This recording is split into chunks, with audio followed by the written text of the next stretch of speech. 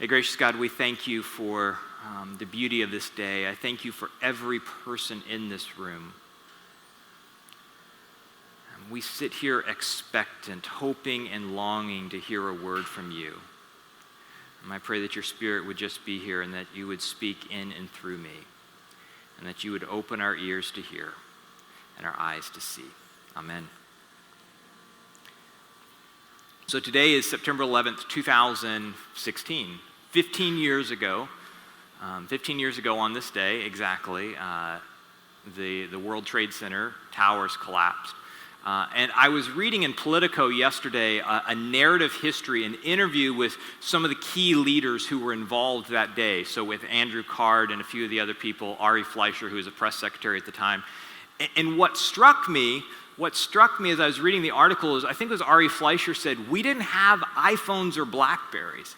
He said, all we had on our belt was a beeper. And he's like, because I was at the White House, I had a high quality beeper. He's like, so it could fit like 20 characters. And so I got this text that came through that said like, World Trade Center attacked.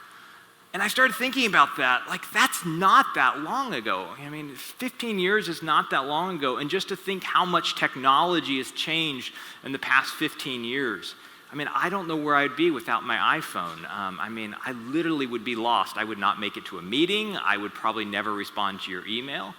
And so when I was thinking about this, I was also, it's going to be your first Sunday back, why not start off with something really controversial? And so I was thinking about the church, which is what I do when I'm up at 2 a.m. trying to feed the baby. And so I was thinking about the church, and I was thinking about how much the church has changed in the past 20 years.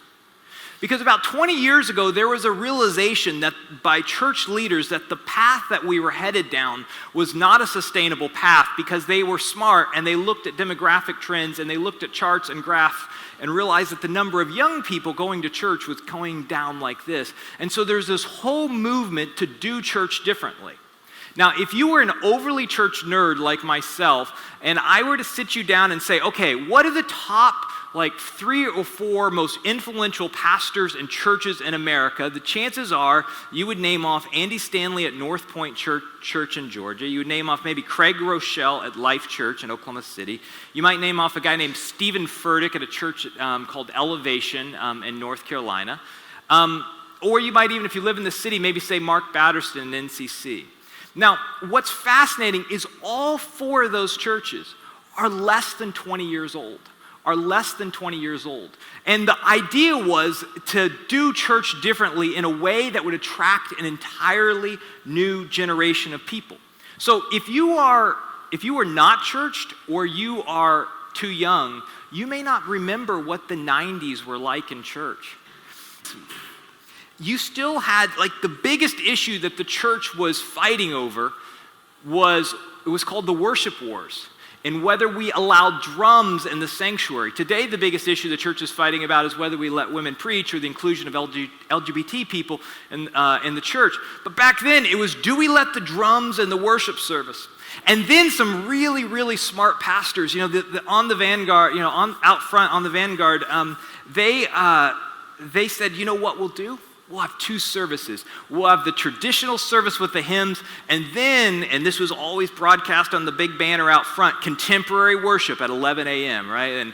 And so gone were the choir robes, and gone were the suits, and in were the drums and the guitar.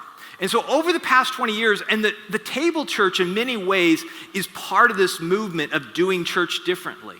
Like I'm dressed up here like I would be dressed about any other day. 20 years ago, it was rare for a pastor to be on stage in jeans and a button down, unless maybe it's in Southern California, and then even then it was kind of on the edge. It's gotten so bad, if I had to wear a suit on Sunday, it would be really bad. And I had a wedding yesterday. This is totally off topic, but I had a wedding yesterday, and I realized that my only wedding suit was at the dry cleaner, and I had to be there at 6 o'clock. I wasn't performing it, luckily. But I had to be there at 6 o'clock, and at 5:30, I realized that my only wedding suit was in the dry cleaner. I did not have time to get it. So I began to go through my closet, and I found some of my old church suits. And so I pulled out my old church suit. It was a summer church suit, so it was kind of lighter color. And then I realized I had no belt or any shoes to wear with it. And so I ended up cobbling together an outfit. And no lie, I looked like Tony Soprano from, I wanted to make someone an offer they couldn't refuse. I mean, Charlotte said, as I was walking out the house, she's like, if you had a gold chain on right now, like, you could totally be a 90s mobster. All that to say, I'm glad we don't wear suits anymore. But the problem is, even with all the changes and all the attempts to be relevant and getting rid of the pews and getting rid of choirs and choir robes and all the things that we've done over the past 20 years in an attempt to be relevant, it still seems as if the church is in a tailspin. Right? Every day you open up a new article in the newspaper, and it's talking about, some religion reporters talking about the decline of the church. And what I find fascinating Christianity, but there is a resistance to Christianity, there is a resistance to the church, and there's a lot of negative feelings. I'm guessing, in fact, I'm not guessing, I know because I've talked to you. Some of you sitting in this room here are some of those people who have resisted church or have some really negative feelings towards the church. In fact, like, people have told us, and this keeps me up at night, because people have said, this is like my last chance. This church, you seem to be doing something different, and I'm going to give Jesus one last try, but you screw it up and I'm out the door. And they're like, well, no pressure, right? But that's where we are, right? We are, many of us are jaded and have really negative feelings about the church. And so what we're going to talk about, and it's going to get interesting. Some of you are going to, it could get emotional. Some of you may get upset with me because we're going to have an honest conversation.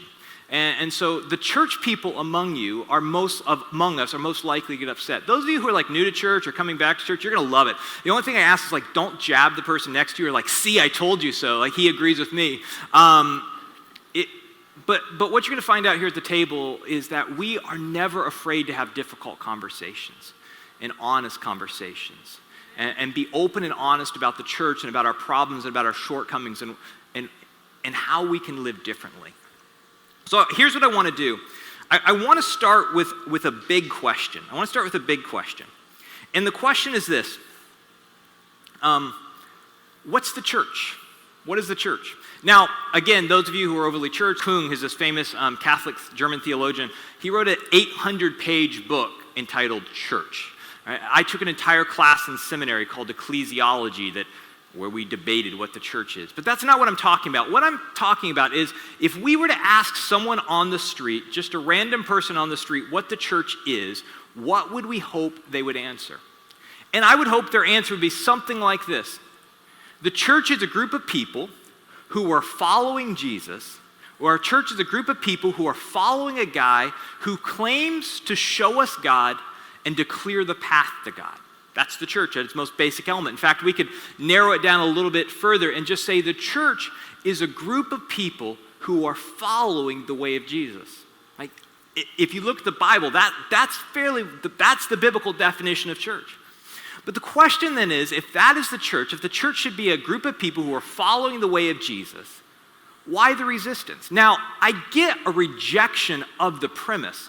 Right? If you say, yeah, the idea that there's this dude named Jesus who was the Son of God, who was raised again, that's crazy talk. I get that. We can have that conversation, but that's not the conversation that most people are having. It is, I resist church. I resist Jesus people, right? This group of people. Gandhi said it this way, Jesus I dig. This is a paraphrase. Jesus I dig. Or his people I can't stand. And so the question is, why is there resistance to church, which is supposed to be a group of people who follow this guy named Jesus? And by the way, this guy named Jesus, his top 3 commandments really could be summed up into one verb. His top 3 commandments are love this, love each other, love God, and love your enemy. Love each other, love God, and love your enemy, right? That's kind of like if you boil down the message of Jesus. So why then are a group of people who gather this guy who says, love God, love each other, and love your enemy, what is so resistible about that? Why is it that people resist the church? See, because here's the thing, the only thing that should be resistible about the church, is our loyalty to Jesus. Our loyalty to Jesus. That should be the thing that makes us resistible. And for the first 300 years of Christianity, the thing that people resisted about the church was their incredible loyalty to the kingship of Jesus. It was their loyalty to the kingship of Jesus. And the thing was, the Christians were persecuted because they said Caesar is not our king. Jesus is our king. As you might expect, Caesar didn't like that. And Nero didn't like that. And others and the other powers that be didn't like the fact that they swore allegiance to somebody else other than the empire. They're like, dude, we love you as much as we could possibly love you. We will do anything for you. In fact, if you go back and read the history, if you read like ancient historians about the early church, like the one thing we know about them is they were willing to lay down and sacrifice their own life to care for other people in the Roman Empire. When there was this massive black plague that swept across the empire, it was the Christians who were walking through the streets, picking up those who were dying and caring for them and nursing them back to health because everyone else had abandoned them. And so the early Christians were like, look, we would do anything for you. We love you more than you can ever possibly know. But there's one thing we won't negotiate on, and that's our loyalty to Jesus. Like that should be the only thing that's resistible about the church. And the reason the Christians were persecuted was not because of their music. Now, it could be said that Christian music is persecution, but we won't go there. Because they put people off. And it wasn't because they're exclusive, but because they said, Jesus is king. And for the first 3 centuries, in spite of the resistance that the church received from the empire, for the first 3 centuries, the church flourished. In 325 AD, there's this guy by the name of Constantine who ends up becoming the emperor of the Roman Empire. And if you study church history, one of the things you'll know is that a lot of people say that moment, 325 AD, was when everything changed, right? And Christianity gets corrupted, and he's the one reason that Christianity takes off in the empire. But scholars are now saying that the reason Constantine converted to Christianity was purely a practical political move because up to 50% of the Roman Empire, by 300 AD, up to 50% of the Roman Empire had said, we want to be followers, we follow the guy named Jesus. And to think about that, right, in 300 years, going from some backwater group of people, Jesus never traveled more than 25 miles from his home in Palestine. To go in 300 years to becoming what becomes the dominant empire of the Roman, or the dominant religion of the Roman Empire. There was something about the early Christians that was irresistible, that people wanted to be a part of. They wanted to be a part of. And so what we're going to talk about over the next few weeks, we're going to talk about what is that thing, what is that thing that made the early Christians so irresistible. And what I'm going to say is this, that the things that you resist about the church are probably, and the things that those of us who aren't in this room today, the things that we resist about the church, I'm going to go so far to say that the things that you resist about the church are the very things that Jesus would have resisted. The things that people resist about the church are the very things that Jesus would have resisted. And this message, what we're going to talk about over the next few weeks, is really important for those of you who have resisted the church, who have given up on church, who are on your way out the back door. I think what we're going to talk about is going to be really important for you. But I also think what we're going to talk about is going to be really important for those of you who are spiritually malnourished. You're overfed with spiritual calories, but you've been gorging yourself on empty spiritual calories. And even though you have been obsessed with being fed, you feel empty and you feel malnourished. And so to both of you, the seeker and the overfed, Jesus says with a gentleness, "Come unto me, all you who are weary, and I will give you rest." And Jesus promises water to all who thirst. And what we see in the life of Jesus is that Jesus does not invite us to religion. Jesus does not invite us to a new religion. Jesus invites us to himself.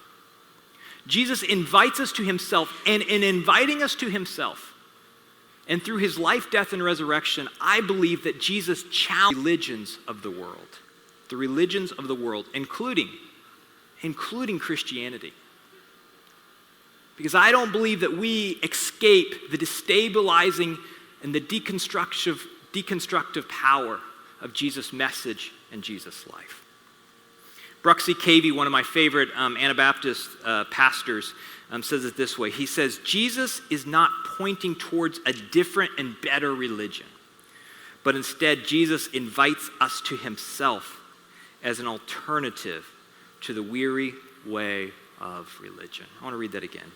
Jesus is not pointing towards a different and better religion, but instead Jesus invites us to himself as an alternative to the weary way of religion. And so to talk about the issue of religion and to talk about what people resist about the church, I want to use something called the temple model of religion. The temple model of religion. Now, I have to admit, I stole this idea from another pastor, but as I researched and prepared for this sermon, the more research I did, I realized he stole it from someone else. And so, it's all going to come out in the wash anyway. But the temple model of the religion essentially says this, and the thing is, we find the temple model of religion. I have some background music. Do you hear it?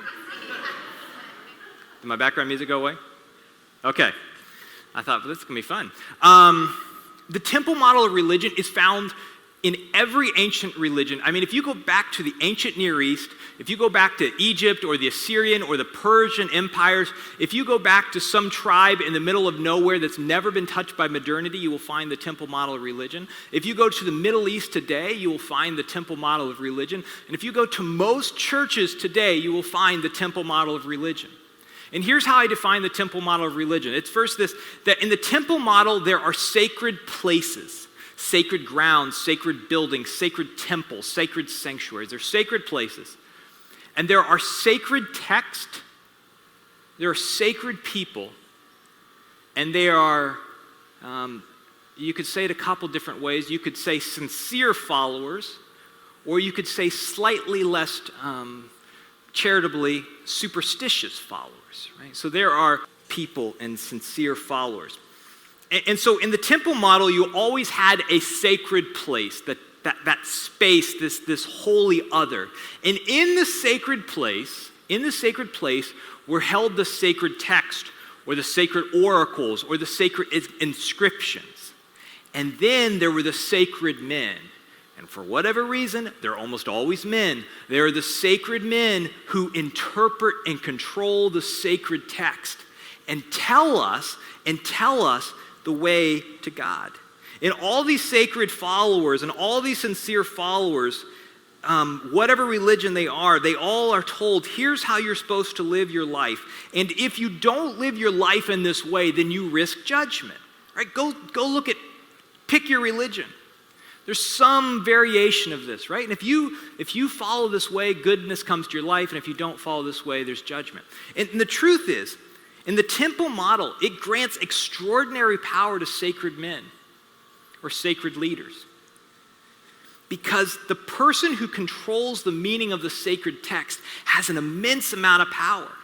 Some of you have experienced this. Like, you are dumb enough to read your own Bible and start trying to figure out what Jesus says, and then you went to a pastor at some point or some religious leader at some point. It's like, hey, I think I see Jesus saying this particular thing. And like, no, you clearly don't understand. Did you see the degree on the wall? I have an MDiv and a PhD. And what you're seeing here, there's a Greek and a Hebrew word that you just aren't understanding, and then they throw a little Greek and Hebrew at you. It's taking Jesus at his word. I had no idea that that's what this really meant. Because the person who controls the knowledge is the most powerful person in the room. And now this is whether it's some ancient tribe that's far away, that's never been touched by modernity, and it's a witch doctor, or whether this is a church in Washington, D.C. And I think the temple model is alive and well today. And what we're going to discover is that much of the temple model thinking is alive in our churches. It's alive in our churches. But what I believe is that the arrival of Jesus signaled the end of the temple model of religion. I would even go as far as to say the arrival of Jesus signals the end of religion. Not just for a few, not just for Jews in a particular time, in a particular place, not just for people in the ancient world. The arrival of Jesus signaled the end of the temple model of religion for the entire world, for everyone, in all places, in all times. This is good news. This is good news because there would no longer be any sacred places. There would no longer be any sacred places. Read the Gospels. What you see with Jesus' life, with his words and with his actions, is that there's no longer any sacred place, because when you are standing on the most sacred and holy ground imaginable, when you are in the most sacred holy of holies, when you are in the most sacred temple, when you're in the most sacred church space, the most sacred thing in the room, it's you. And it's the person behind you. And it's the person in front of you. And it's the person to the left of you. And it's the person to the right of you. The person to your left and to your right and behind you and in front of you is more sacred to God than any piece of dirt you'll ever stand on or any building you'll ever sit on. Paul says it this way in 1 Corinthians. Paul says, don't you know that you are God's temple? And Jesus says, look, there are no more sacred places. You are the temple. No more sacred people. Because with Jesus, there is no longer a need for anyone to mediate God to you. It's so often in religion, and even some of the religions you grew up in, even if they said something different, you often felt as if you needed somebody else to mediate God to you. In the ancient world, there would be a priest, a high priest, or someone who would make a sacrifice to God on your behalf, and once a year you could go and try to make contact with God. And in Jesus, there is no longer sacred people. Nobody else would need to go before you. All that would end. Right? We are sacred, each and every one of us. And then the sacred text, the Old Testament, would be fulfilled, Jesus said, with a single word, with a single verb. And what I think we see in Jesus' life, death, and resurrection is the beginning of something completely new. It is a new way of living. It is a movement. It is a movement of people that live by a different set of values, a different story. Jesus was not interested in Judaism 2.0. Jesus wasn't interested in temple religion 2.0, but he came to bring something completely new. Jesus was starting a movement. There's a story. Jesus is on his way to Caesarea Philippi. Caesarea Philippi has two names, Caesarea and Philippi, because it used to just be plain old boring Philippi. But then there's this guy named Caesar Augustus, and he really liked himself. And so in honor of himself, they changed the name of it to Caesarea, Caesar's Philippi. And so the disciples and Jesus were on their way to Caesarea Philippi, and I'm reading slightly into the text here, but I'm sure it's what happened that day. They're on their way to Caesarea Philippi, and as they're on their way, they are saying, who does Caesar think he is? Renaming a city after himself. Like, who does this guy think he is? And they're mumbling and grumbling. And Jesus, being Jesus, he always was looking for an opportunity to teach and help them learn. And so he uses this moment to turn to his disciples and said, well, who do you think that I am? Who do you think that I am?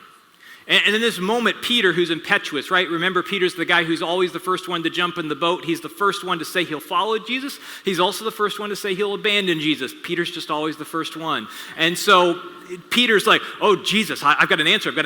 Some people say you're a prophet. Some people say you're John the Baptist resurrected. Some people say, and he begins to go through this list. And Jesus says, no. Peter, who do you say that I am? Peter, who do you say that I am? And Peter looks at Jesus and he says, I tell you, I think you are the Messiah. You are the Messiah. You are the one we have been waiting for. You are the one that all the texts that we've read and that we've learned and we've studied for all these years, the Hebrew scriptures, you are the one that this all points to. You are the Messiah, the one who will liberate us, the one we have been waiting for. You are the Christ. You are the Son of the living God. And Jesus says, you are right, Peter. You are right. He said, that's who I am. And you know this because God told you. You didn't come up on this on your own because you're not that bright. And then listen to what Jesus says. He says this. You can find it in your Bibles, Matthew 16:18. Jesus says, and I tell you, Peter, that on this rock, I will build my church. Now here's what's interesting. It's a terrible translation. Most of your Bibles probably say, on this rock I will build my church. But that's not what Jesus said. In fact, if you go back to the original translation of the Bible in English by a guy named William Tyndale, anyone know William Tyndale? He ends up getting killed because of his translation of the Bible, partially because of the way he translated this word. But William Tyndale, about 500 years ago, translates the first edition of the English Bible, and it's what the King James Version ends up kind of using it as kind of the foundation. But William Tyndale translates this word the right way in the first English Bible, and then later the powers that be change it, and what they use is a German word that then gets translated into English, and the German word is like Kirch. It sounds a lot like church, but it meant 500 years later, when you think about church, you think about a space, a building, a place where you go. But the word that Jesus uses at this moment and at this time, he says, Peter, upon you I will build my ecclesia. And that means my gathering, my assembly, my congregation. And in this moment, Jesus is announcing the beginning of something new, not of a sacred place or a sacred people with some sort of special knowledge, but Jesus is announcing the beginning of a movement. And he says, look, I am building a gathering of people on you and on these disciples gathered here. I am building a gathering of people, and I will be with them wherever they go in the world. And Jesus announces a new movement, but Jesus also announces a new covenant. Under the old covenant, to go to God, you needed someone, a high priest or something, to go before you. And so Jesus is sitting celebrated each and every week that Jesus lifts the cup. Jesus lifts the cup and then begins to tell them that this is the blood of my new covenant, or this is the new covenant shed for you. This is my blood shed for you and for many for the forgiveness of sins. As often as you drink this, do this in remembrance of me. And the disciples are like, what the crap are you talking about? Why all the talk about broken bodies? Why all the talk about blood? In fact, earlier in Luke's gospel, you see Jesus talking to his disciples, and he's like, look, you are not going to understand what I'm saying, or what I'm talking to you about. Actually, it's John's gospel. He says, you're not going to understand what I'm talking about. But there's going to come a day when you're going to understand. And so he's talking about this new covenant. And like, what is he talking about? He's talking about giving his life as a sacrifice instead of needing a sacrifice, and there being a new way to God, and he's just kind of babbling on, and their eyes are starting to glaze over, and they don't get it. And then there's this moment as Jesus is hanging on the cross. And Jesus is hanging on the cross, and they see him bleeding. It all begins to come rushing back, and all begins to make sense. That Jesus sees himself as the final sacrifice for sin, not just for good Jews, but for all mankind. And then what Jesus does is he gives a new meaning to the sacred text. He gives a new meaning to the sacred text because he says, do not think that I have come to abolish these texts. I have come to fulfill them. I have come to fulfill them. This is a big statement because Jesus was claiming that the entire Old Testament, that the entire Hebrew Scriptures, the words that they had spent their entire life memorizing for some of them, Jesus claimed that these words, that all the prophets were prophesying about him. Jesus claimed that all the deeds in the Old Testament somehow reflected towards his arrival, and says, I am fulfilling the Old Testament in my life, death, and resurrection. And then Jesus not only fulfills the Old Testament, but Jesus also fulfills the law. Up until this point, if you were a good Jew, you had 630 regulations you had to live by, to be a good religious person. And what Jesus does is like, it's easier, or he said it's shorter and simpler to remember than 630 commandments. In fact, Jesus says, look, it's easier to difficult to live. And he gathers his disciples around and he says this. He says, a new commandment I give you.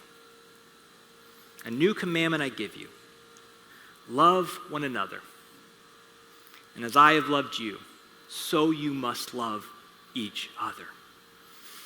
Now we miss the power of this sometimes.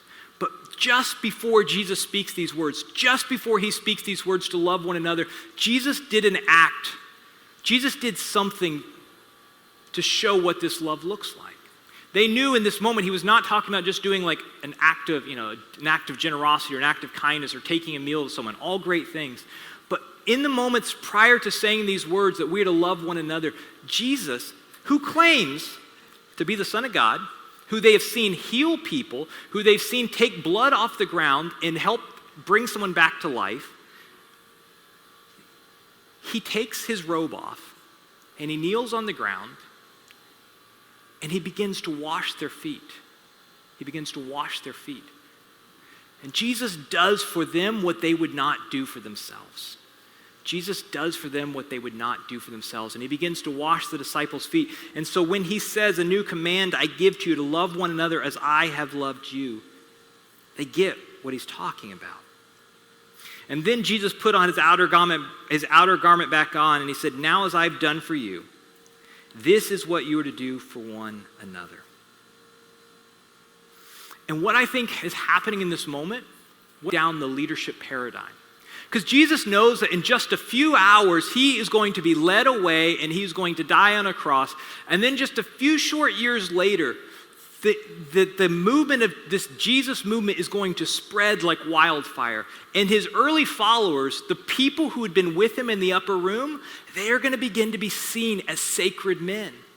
Right? Because when Jesus becomes a big deal, if you hung out with Jesus, whatever you say about Jesus, it goes. Right? And so no matter good or bad, Jesus knew that they were going to be seen as sacred men. And so Jesus flips the paradigm on its head and says what it means to be a sacred man, or when you begin to think you're a sacred leader or a sacred person, it means that you get out the towel and basin and you begin to serve as I have served you. And we explored this during our Easter season, but on the cross, we believe that love wins because Jesus replaces the sacrificial system with his own life. And what we see is that love would replace law-keeping and self-sacrifice would replace animal sacrifice. Right? You go back into ancient religions, take away Judaism, you go back into any ancient religion, and the belief was that we need to make a sacrifice to somehow gain the favor of the gods, that we need to do something hard enough and difficult enough in order to gain the favor of God. And Jesus says, no, I am giving myself as the ultimate sacrifice. And this is so powerful. We can't miss this because what Jesus is saying when he says that love replaces law and self-sacrifice replaces animal sacrifice, he's saying our relationship, the way that we are measured with how we are doing with God, the way that our vertical or the way that our horizontal relationships are measured, or the way that our vertical relationship is measured is through our horizontal relationship. Right? The way that the eloquent prayers that you pray, it is not through the number of Sundays that you show up. I will love you more, but it does nothing for Jesus, right? That has nothing to do with the way that we are measured. The way that you were measured with how you were doing with God and how you are as a follower of Jesus is how well you love the person that is most difficult to love. Jesus reinforces this through the story he tells. He says, look, if you were at the temple, if you were at that sacred holy place and you were about ready to make a sacrifice in order that you might be right with God, he says, if you were at the temple and remember that you have a beef with one of your friends, get up, stop doing what you're doing, go and find them and make it right. This is a total departure from temple way of thinking. And then Jesus does the unimaginable. He does the unimaginable, and because we live in the 21st century, we miss the power of this moment. But when Jesus sits down at the table and he takes the bread and he takes the wine on Passover evening, he co-opts and overturns the most sacred religious tradition that they had.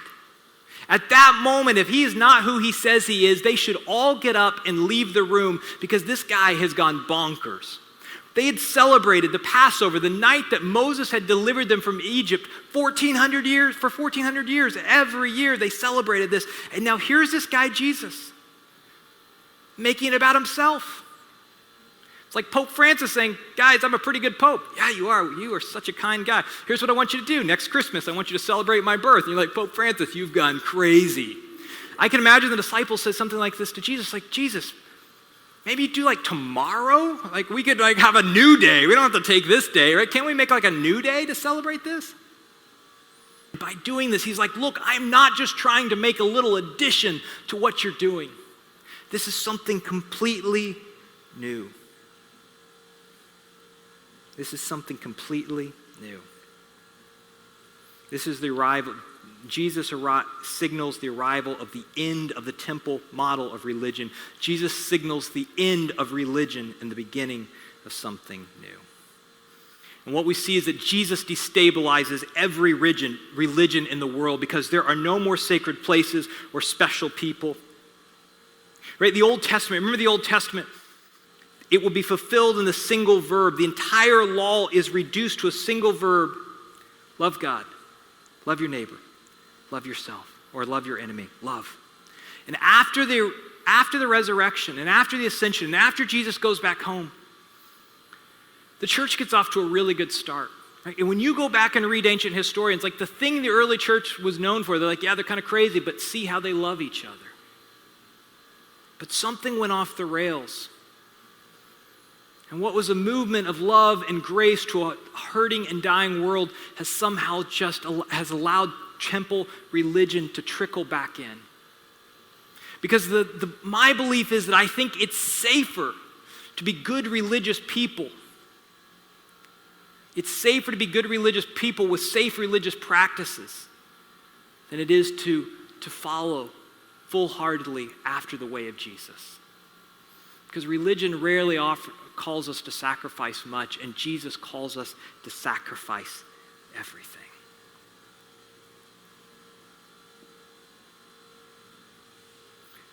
And what Jesus offers transcends every religion, in every place, and in every time. This group of people that we are part of can begin to strip away the things that are causing people to resist church. But to figure out how we're going to do that, you need to come next week, okay?